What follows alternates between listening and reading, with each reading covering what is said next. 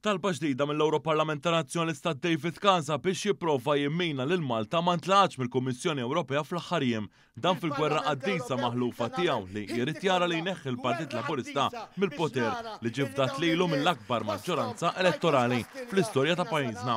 L-aħħar tentattiv tiegħu sar mal-Kummissarju Ewropew ix-Xenti għall-Intern Ylva Johansson fejn talaba tinvestiga allegat frodi fl-Aġenzija Identità fil-ħruġ ta' permessi ta' residenza lil barranin minn pajjiżi terzi li dwarhom diġà bdiet inkjesta maġisterjali lokali. F'rapporti dwar it-tweġiba ta' Johansson għall-ittra li ntbagħtu minn Casa f'dan ir-rigward, il-Kummissarju infurmatu li m'għandix il-kompetenza biex tintervjeni fuq każi amministrattivi jew ġudizzjarji fil-pajjiżi membri individwali. Il-Kummissarju ġibdet l-attenzjoni li l-awtoritajiet Maltin diġà nedew investigazzjoni biex jekk jinstab li xi permessi inkisbu b'mod mhux skont ir-regoli jiġu revokati. Ironikament din il-ġimgħa stess rapport internazzjonali wera kif mill-pajjiżi kollha li jistgħu joħorġu il-viża żona Schengen, Malta għandha l-aktar proċess restringenti hekk kif is-sena oħra ma' 38% tal-applikazzjonijiet ġew irrifjutati. F'konvenzjoni bejniethom anke l-Europarlamentari Peter Aġust talab li Johansson tintervjeni fuq l-Aġenzija Identità waqt laqgħa li kellu magħha fi Brussell.